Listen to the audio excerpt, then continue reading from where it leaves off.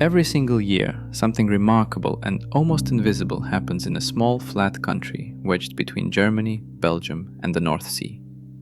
Money arrives. Enormous quantities of money in the form of corporate profits, royalty payments, dividend flows, and interest income.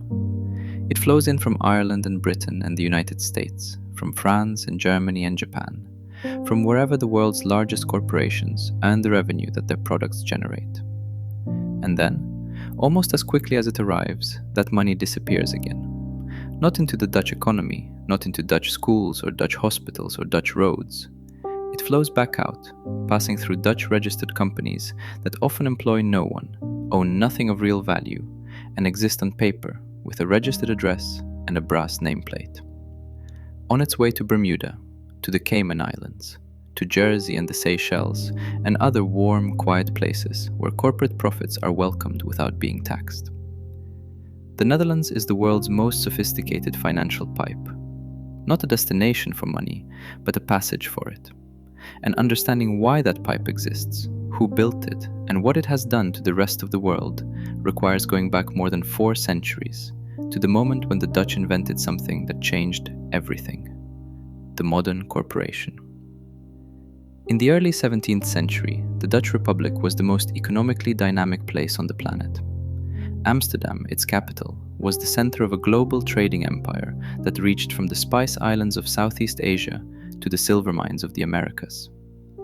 Dutch merchants had built the most advanced trading system in the world, with sophisticated credit instruments, insurance markets, and commodity exchanges that made Amsterdam the undisputed financial capital of Europe. And then, in 1602, they invented something that has shaped every aspect of global economics ever since. On March 20th, 1602, the States General of the Dutch Republic granted a charter to a new entity, the Verenigde Oost-Indische Compagnie, which translates as the United East India Company, and is better known by its Dutch initials as the VOC. The charter included a provision, stated plainly in Article 10, that all Dutch residents could buy shares in the company. The IPO, the first public offering of shares in any company in history, opened in August 1602. By the time it closed, 1,143 investors had subscribed, raising approximately 6.5 million guilders. Among them was a domestic servant named Neeltgen Cornelis, who invested 100 guilders, a sum that represented months of her wages, and became one of history's first retail investors. The world's first stock exchange, the Amsterdam Stock Exchange, was effectively born in the months that followed, as those shares began to be bought and sold among investors. What the Dutch created in those years went far beyond a single company. The VOC introduced the concept of limited liability, which meant that if the company failed, investors lost only what they had put in, and were not personally responsible for the company's debts. It introduced the concept of a joint stock company, owned by many different investors who pooled their capital for a common purpose. Dutch traders invented short selling, the practice of borrowing shares and selling them in the hope of buying them back cheaper later, within years of the VOC's founding. They invented options and futures contracts, financial derivatives that allow investors to buy or sell assets at a predetermined price in the future. By 1680, the techniques being practiced on the Amsterdam Stock Exchange were as sophisticated as anything practiced on modern financial markets today. The 1609 founding of the Bank of Amsterdam provided standardized currency exchange and the foundations of modern central banking. And in 1774, Dutch investors created the world's first mutual fund, allowing small investors to pool their money and diversify their risk across many different assets simultaneously. The Dutch Republic did not invent greed or trade or commerce. Human beings had been doing all of those things for thousands of years. What the Dutch invented was the machinery, the specific institutional technologies of the corporation, the stock exchange, the central bank, the mutual fund, and the derivatives contract. Every financial structure that routes money around the globe today, every shell company and holding vehicle and special purpose entity runs on legal and financial concepts that were first developed in a trading city on the North Sea coast 400 years ago. And as we will see, the Dutch have been finding creative uses for that machinery ever since. By the middle of the 18th century, the Dutch Republic's era of direct trade dominance was fading. Britain had surpassed it as a naval and commercial power. French and British colonial competition was squeezing out Dutch influence in Asia.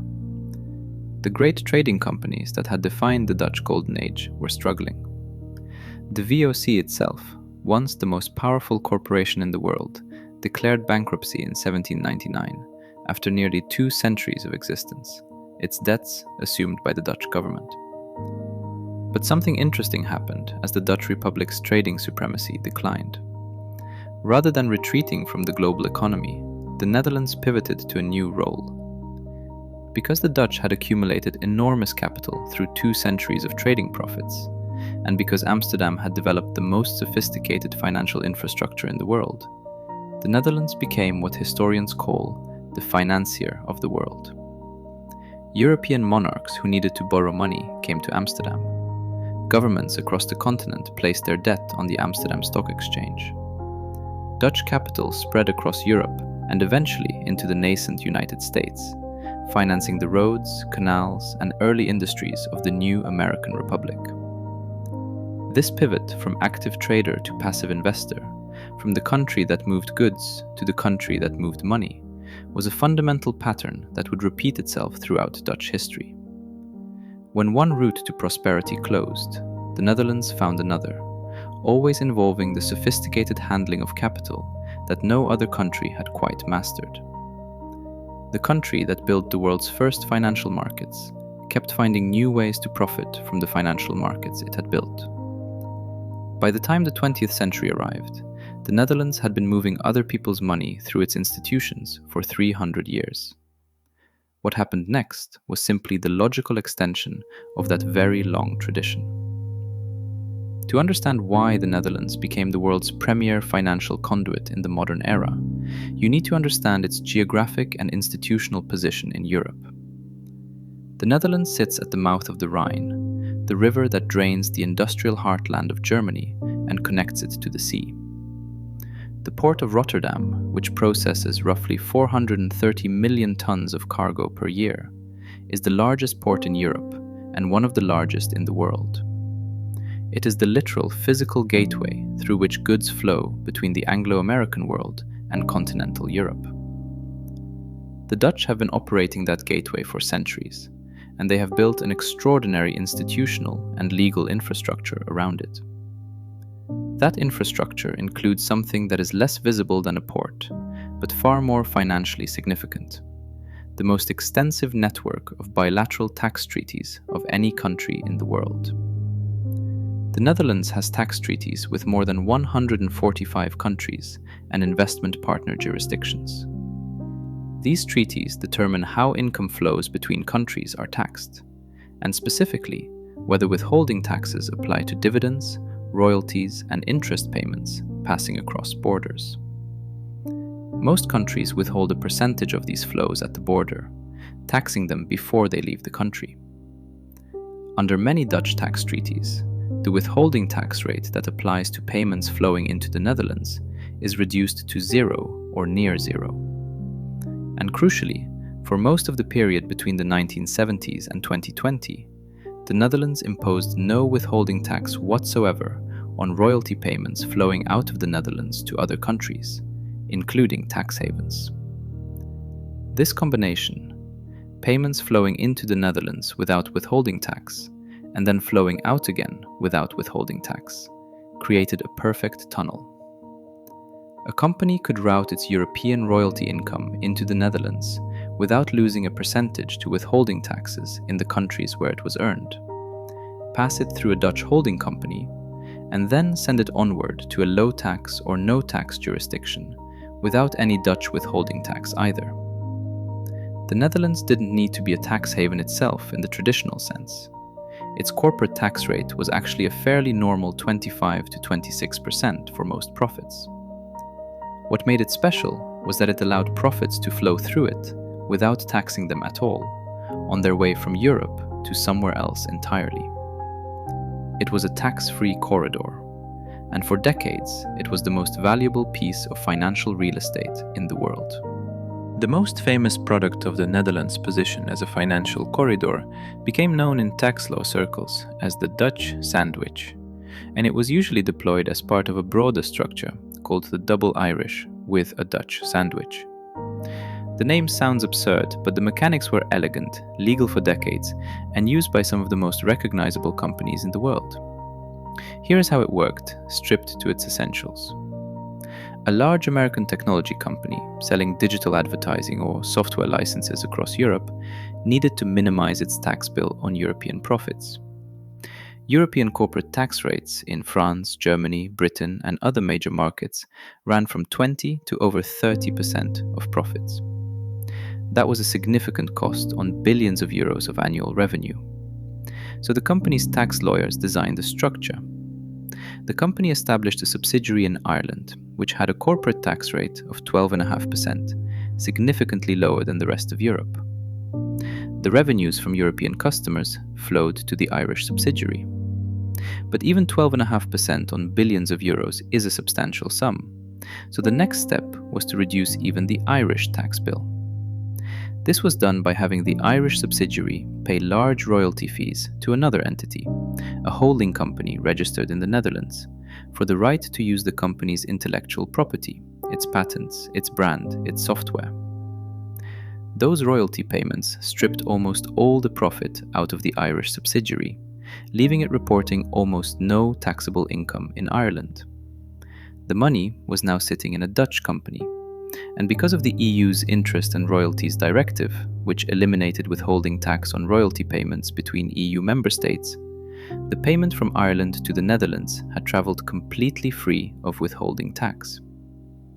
Now the money was in the Netherlands, and because the Netherlands, unlike most European countries, imposed no withholding tax on royalty payments flowing out of the country, the Dutch company could send the money onward to a final destination in Bermuda, which has no corporate income tax at all, again, completely free of withholding tax. The Dutch role in this structure was simple and essential. It was the one link in the chain where money could enter the European Union's single market framework and exit it again to a tax haven without triggering any withholding tax in either direction. The companies that used versions of this structure read like a directory of global capitalism. Google, Apple, Facebook, now Meta, Amazon, IKEA, Starbucks. Google's structure became particularly well documented. In 2017, Google moved nearly 20 billion euros through its Dutch subsidiary, Google Netherlands Holdings, a company that had no employees, to Bermuda. Inside the Netherlands, Google Netherlands Holdings reported a profit of just 13.5 million euros and paid 3.5 million euros in taxes on it. 20 billion euros had passed through. 3.5 million euros in taxes had been paid. The effective tax rate on the money actually moving was vanishingly small, a fraction of 1%. Apple's use of related structures was even more extreme. Between 2003 and 2014, Apple's effective tax rate on its European profits was estimated to have fallen as low as 0.005%. Not 5%, not half of 1%, 0.005%. The European Commission ruled in 2016 that Ireland had granted Apple unlawful state aid through the arrangements and ordered recovery of 13 billion euros in back taxes. After years of legal battles, the EU's highest court upheld that ruling in 2024. The Dutch term for what the Netherlands built is brievenbusmaatschappijen, letterbox companies. Companies that exist at an address in the Netherlands, receive mail and legal documents, and otherwise have no physical presence, no employees, no factory, no customers, no product. They exist to hold legal title to things, usually intellectual property rights, financial assets, or shares in other companies, and to receive money flows passing through them on their way somewhere else. By the mid-2000s, the scale of these structures in the Netherlands had become extraordinary. The participations, loans, and intellectual property rights held by Dutch special purpose entities, the official term for these financial vehicles, totaled approximately 4,200 billion euros. That is 4.2 trillion euros of financial claims passing through entities that, in many cases, employed nobody and produced nothing.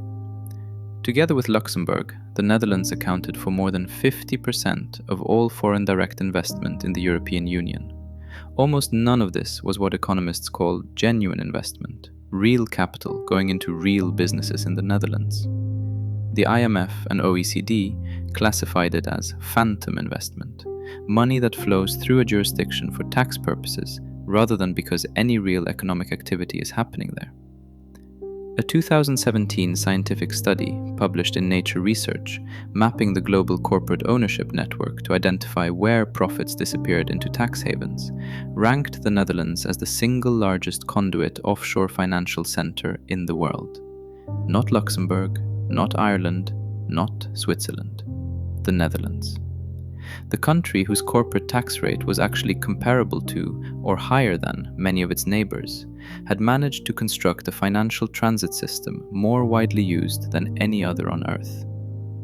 Here's the question that requires a careful and honest answer. If the money that flows through the Netherlands is mostly on its way to somewhere else, who benefits from the Netherlands' role as the pipe? The answer is less satisfying than it might seem. A modest but real financial services sector has grown up around the administration and legal management of the thousands of special purpose entities and holding companies registered in the Netherlands. Law firms, trust companies, accountants, tax advisors, and a specific category of company called trust and administration offices, which provide registered addresses, nominal directors, and administrative services to foreign-owned holding structures, collectively employ tens of thousands of people in the Netherlands. These firms charge significant fees. A multinational that saves hundreds of millions of euros in taxes through a Dutch structure is typically willing to pay its Amsterdam law firm and its Dutch trust company quite generously for their services.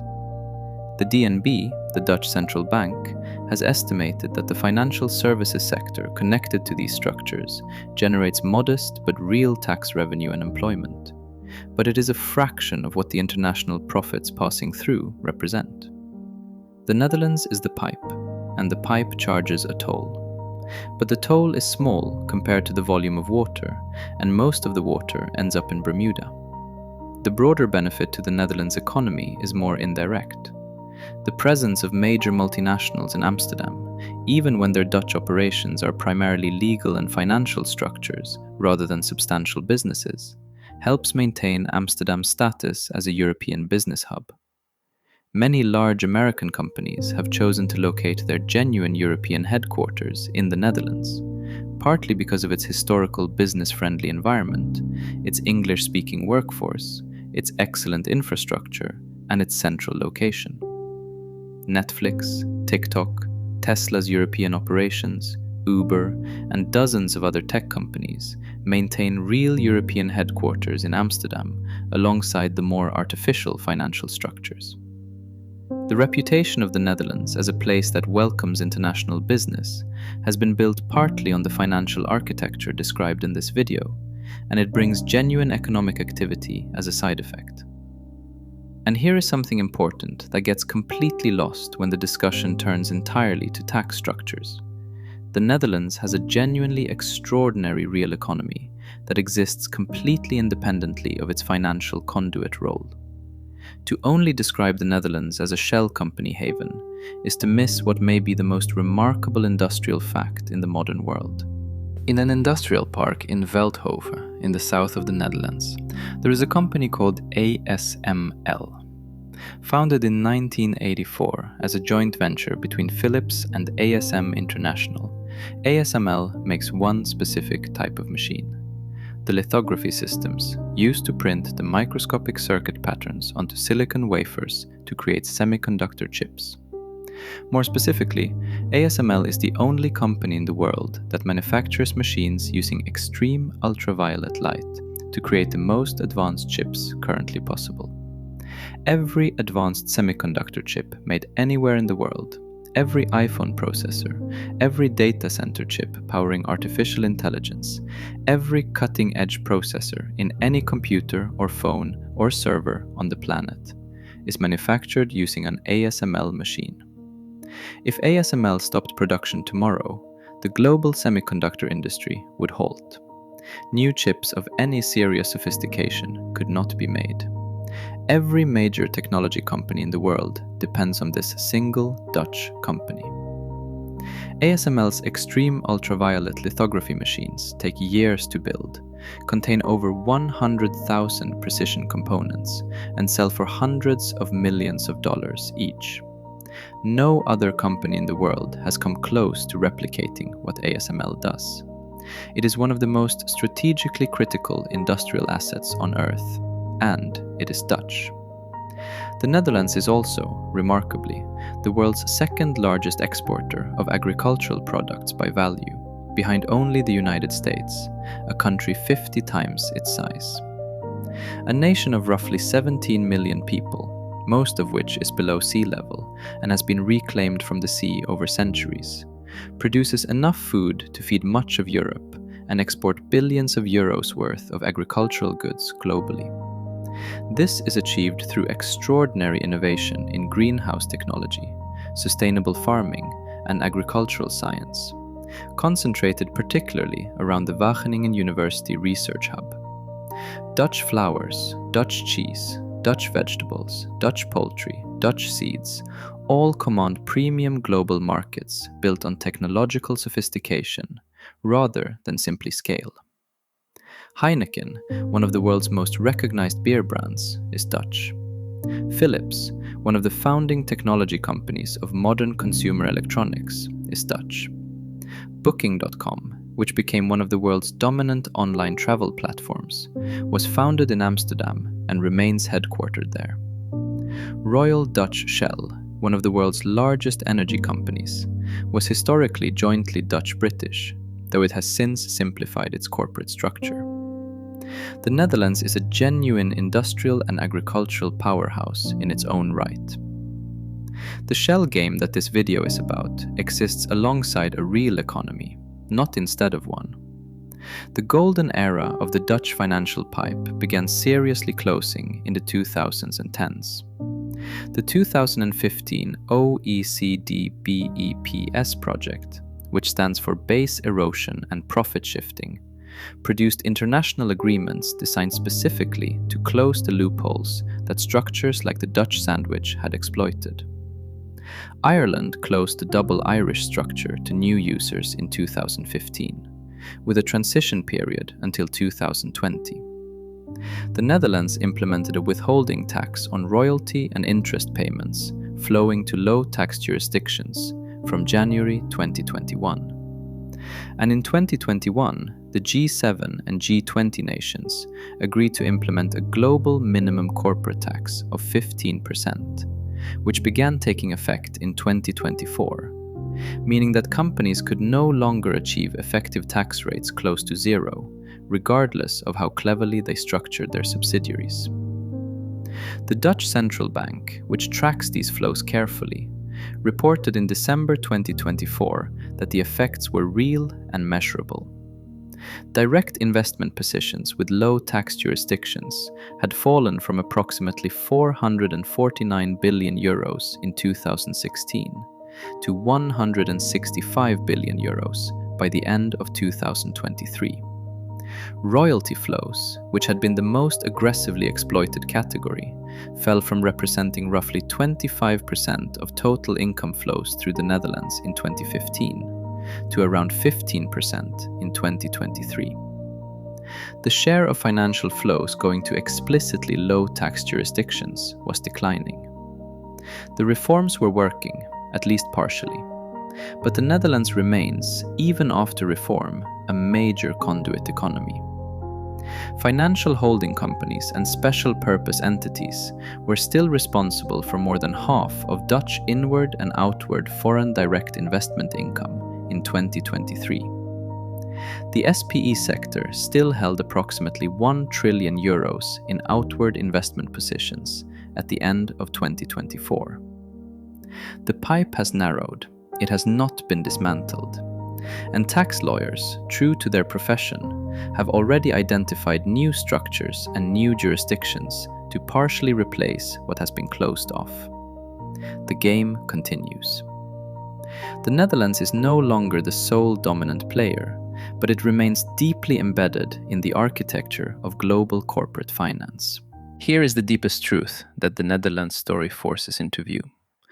The Dutch didn't create the system of corporate tax avoidance that has drained hundreds of billions of dollars from the treasuries of countries around the world over the past 40 years. They created the underlying technology, the corporation itself, the stock exchange, the legal frameworks for holding companies and intellectual property, and international finance more broadly. What happened with tax avoidance was that the global economy's most sophisticated players found new uses for those underlying technologies in ways that their Dutch inventors could never have anticipated. When the VOC granted its 1602 IPO and the Amsterdam Stock Exchange came into being, the goal was to fund trading expeditions to the Spice Islands. The goal was not to build a zero-employee letterbox company in Amsterdam, through which 20 billion euros of Google's advertising revenue could pass, on its way to a brass plate in Bermuda. But the legal machinery that made both things possible is the same machinery. The limited liability corporation, the legal separation between a company and its owners, the concept that a company can be resident in one jurisdiction while its beneficial owners sit in another. The Dutch invented the vehicle. Later generations of very clever lawyers found out how to drive it places its inventors never imagined. The broader lesson is about the gap between the rules that govern people and the rules that govern capital. Most human beings cannot simply declare themselves residents of Bermuda for tax purposes. They live somewhere, they work somewhere, they belong to a community, and they pay taxes where they actually are. Capital, in the form of corporate profits and royalty flows, can be moved with a few legal documents, registered in a new jurisdiction overnight, and effectively relocated from a country where it was earned to a country where it will be taxed at nothing, without anyone physically going anywhere. The Dutch sandwich was not really about the Netherlands specifically. It was about a fundamental feature of the global corporate system, that the rules governing where profits are taxed have never kept pace with the speed at which those profits can be legally moved. Today, if you walk through Amsterdam's financial district, you will see something that the Dutch have been building in various forms for 4 centuries. A city organized around the movement of money. The old canal houses that once stored spices and colonial goods from Dutch trading ships have been replaced by glass office towers housing the European headquarters of American technology companies and international banks. The trust offices that once managed the finances of Dutch merchant families now manage the registered addresses of thousands of subsidiaries belonging to global multinationals. The intellectual tradition that produced the world's first stock exchange now produces some of the world's most sophisticated tax structuring advice. The windmills are still there. The tulip fields still bloom in spring. The port of Rotterdam still processes its 430 million tons of cargo every year, the physical heartbeat of European trade. ASML still builds the machines that make every advanced chip in the world, in a factory that no one else on Earth can replicate. Dutch farmers still feed Europe from fields reclaimed from the sea. The real economy runs alongside the financial architecture, each reinforcing the other's reputation, each benefiting from 4 centuries of Dutch institutional sophistication. But somewhere in the Netherlands, in a registered office that might be a single room on the ground floor of a building in Amsterdam or Rotterdam or Eindhoven, there is an address on file for a company that does nothing in the Netherlands, employs no one in the Netherlands, and produces nothing in the Netherlands. Money arrived at that address this year. Corporate profits earned in France, Germany, and Britain traveled through it on their way to a warmer and less tax-heavy destination. The Netherlands didn't spend that money. It didn't tax it significantly. It simply let it pass through, charging a modest fee for the infrastructure that made the passage possible. And somewhere in Bermuda, the money arrived, clean and light and nearly untaxed, courtesy of a legal and financial tradition that the Dutch have been perfecting since the year they invented the modern corporation. Not windmills, not tulips, not even entirely the pipe itself. What made the Netherlands one of the wealthiest and most economically powerful small countries on earth was 400 years of understanding, better than anyone else, that the most valuable thing in the world is not what you own, but what you know how to move.